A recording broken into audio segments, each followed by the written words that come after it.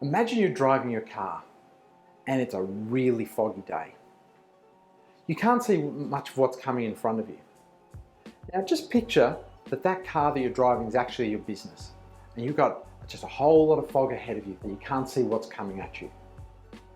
I'm Nick Farrow with Abundance Global.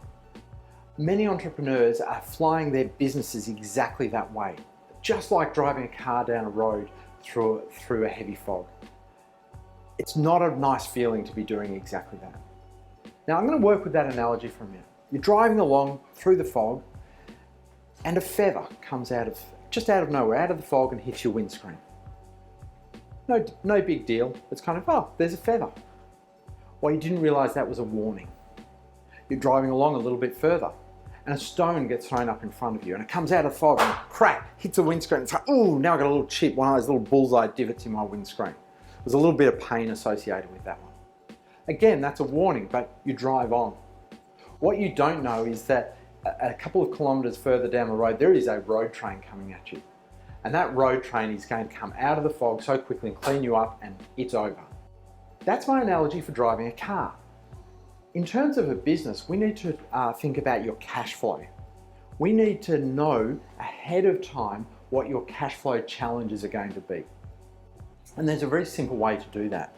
And it's a 13-week rolling cash flow forecast. And it's one of the 4 fundamental documents that you need to be monitoring all the time in order to fly your business successfully. The idea behind a rolling cash flow forecast is that you should be able to predict what the opening and closing balance of your business bank account is, not just this week, week 1, but you should be able to predict at the start of next week what the opening and closing balance is going to be. If this is our car driving along through the fog, our headlights now are shining a whole lot further. We've doubled our vision from week 1 to week 2. We need to go further than that. We need to pierce through the fog because right up here, this is where our Mack truck, our road train, is coming at us, 13 weeks out. Week 3, what's your opening and closing bank balance going to be? Right through to where this Mack truck is. And if you can see 13 weeks out and you say, goodness, I can tell that we're going to go from a positive cash balance, we're actually going to run out of money. We're going to be $10,000 short 13 weeks out from now. What can you do in 13 weeks? Well, you can make a few sensible decisions now that are going to impact 13 weeks out. You could, for instance, prepare and run a sale or a promotion or some other campaign to bring additional revenue into your business.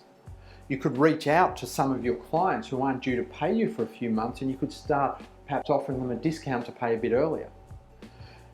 You could look at your expenses and say, I know 13 weeks out that we've got a shortage, and it may be that we've got to cut back on the trip or the expenses or something else that you've planned for. So I hope you can see from that there's value in having a 13-week cash flow forecast. Now, it's not a really hard thing to do. In fact, it'll probably take a couple of hours to set up and then half an hour to an hour to manage on a weekly basis. What's more, you can probably outsource it to your bookkeeper or if you've got a CFO or someone else in your business that takes care of that. And it will give you amazing clarity looking forward. So the action that I want you to take today, if you haven't already, is to set up a rolling 13-week cash flow forecast so you can see what that is. You'll need to map out and estimate what all of your revenues are over the next 13 weeks. Some of them you'll know with some good accuracy, like you know that client ABC is going to pay you $8,000 in week 12. That's great. Other things you won't know because you haven't made the sale yet. Likewise with your expenses. You might know what your BAS payment to the ATO is at the end of the quarter. Great, map that into your 13-week cash flow forecast. There's going to be some other expenses pop up as well. So for instance, you might know that on average you spend $100 a week on IT support. But that varies. That's fine. Let's map out $100 a week on IT support. Here at Abundance Global, we have a free private community and we'd love you to join. Click below. We'll take you straight there and I'd love to see you on the other side.